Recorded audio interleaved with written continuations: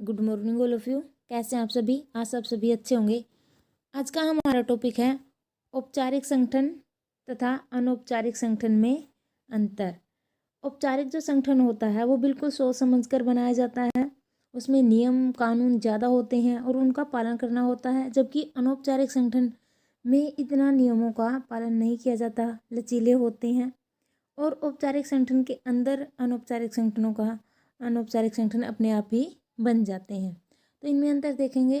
अंतर देखने के बाद इनकी कॉन्सेप्ट है बिल्कुल क्लियर हो जाएगी। फर्स्ट अंतर है इसमें, औपचारिक संगठन कानून अथवा सत्ता प्राप्त अधिकारी द्वारा बनाया जाता है।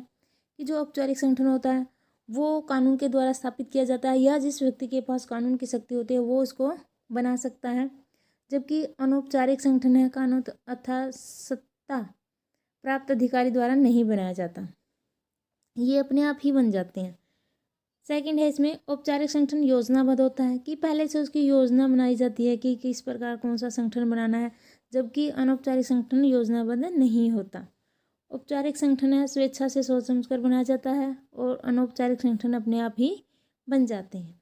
जो औपचारिक संगठन होते हैं वो लिखित होते हैं। कहने का मतलब है कि इनको हम लिख सकते हैं कि कौन व्यक्ति का कौन सा पद है, किसको कौन आदेश देगा, ये सब लिखित में होते हैं। जबकि अनौपचारिक संगठन क्या है, अलिखित होते हैं। नेक्स्ट इसमें, औपचारिक संगठन में पद सोपान का सिद्धांत पाया जाता है। एक व्यक्ति को एक स्तर पर ही कार्य करना होता है और एक अधिकारी दूसरे उच्च अधिकारी के अधीन कार्य करता है। कहने का मतलब है कि इसमें पद सोपान की व्यवस्था पाई जाती है। उच्च से निम्न तक अधिकारियों के अलग अलग स्तर होते हैं, जबकि अनौपचारिक संगठन में पद सोपान का सिद्धांत नहीं पाया जाता। एक व्यक्ति एक कार्य में संगठन का नेता तथा दूसरे में क्या है, अनुयायी हो सकता है।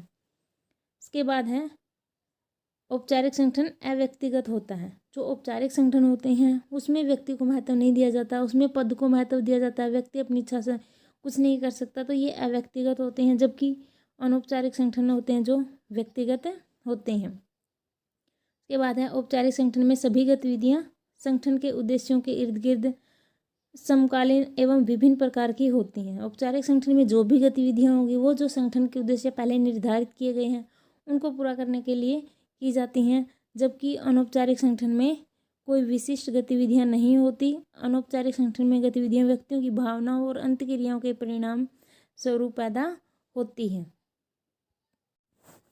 नेक्स्ट है इसमें, एक व्यक्ति एक समय में एक ही औपचारिक संगठन का सदस्य हो सकता है।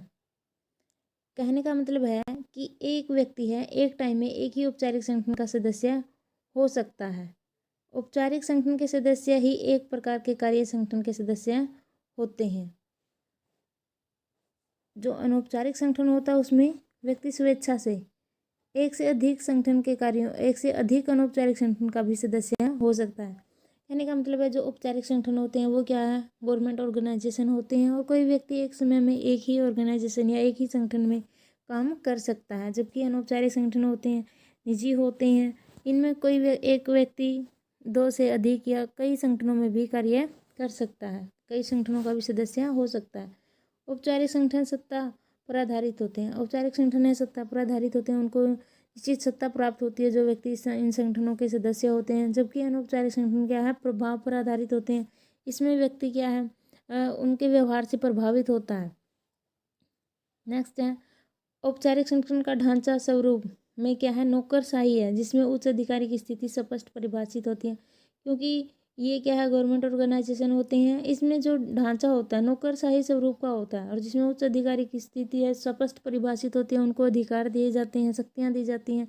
जबकि अनौपचारिक संगठन का ढांचा क्या है, ढीला ढाला होता है, उसमें परिस्थितियों के अनुसार परिवर्तन किया जा सकता है। नेक्स्ट इसमें, औपचारिक संगठन में मूल्यों, लक्ष्यों तथा काम मुख्य रूप से आर्थिक तकनीकी होते हैं तथा सारा ध्यान उत्पादकता, दक्षता, विकास, लाभ बने रहने तथा ऐसी ही अन्य बातों पर केंद्रित होता है। औपचारिक संगठन में मूल्य, लक्ष्यों तथा काम मुख्य रूप से क्या है, आर्थिक और तकनीकी होते हैं। सारा ध्यान उनमें उत्पादकता, दक्षता की कार्य है, कितना कितना उत्पादन हुआ है, कार्यकुशलता के साथ हुआ है या नहीं, कहाँ तक विकास किया है, क्या क्या लाभ है, और वो लाभ हैं जो भी बने रहें, उनमें किसी प्रकार की कमी न आए। जबकि अनौपचारिक संगठन में मूल्य, लक्ष्य तथा काम मुख्य रूप से स्वरूप से मनोवैज्ञानिक होते हैं, जो व्यक्ति तथा गुट संतोष, संबंधता, मित्रता तथा अन्य बातों के इर्द गिर्द केंद्रित रहते हैं। कहने का मतलब है कि यहाँ पर इन चीज़ों जो औपचारिक संगठन में है उन पर ज़्यादा ध्यान नहीं दिया जाता। यहाँ पर व्यक्ति की भावनाओं का ज़्यादा ध्यान रखा जाता है कि व्यक्ति से उन कार्यों को संतोष प्राप्त हो व्यक्ति को। नेक्स्ट है औपचारिक संगठन सरकारी होते हैं और अनौपचारिक संगठन क्या है, गैर सरकारी होते हैं। औपचारिक संगठन में आदर्श स्थिति होती है कि क्या करना है, कैसे करना है, जबकि अनौपचारिक संगठन में क्या है, वास्तविक स्थिति होती है, एक्चुअल में जो होता है। औपचारिक संगठन में शक्ति के लिए संघर्ष के लिए कोई स्थान नहीं होता। औपचारिक संगठन में शक्ति के लिए संघर्ष के लिए कोई स्थान नहीं होता, जबकि अनौपचारिक संगठनों में क्या होता है, शक्ति के लिए संघर्ष किया जा सकता है और कई व्यक्तियों में क्या है, दुर्भावनाएं भी आ जाती हैं।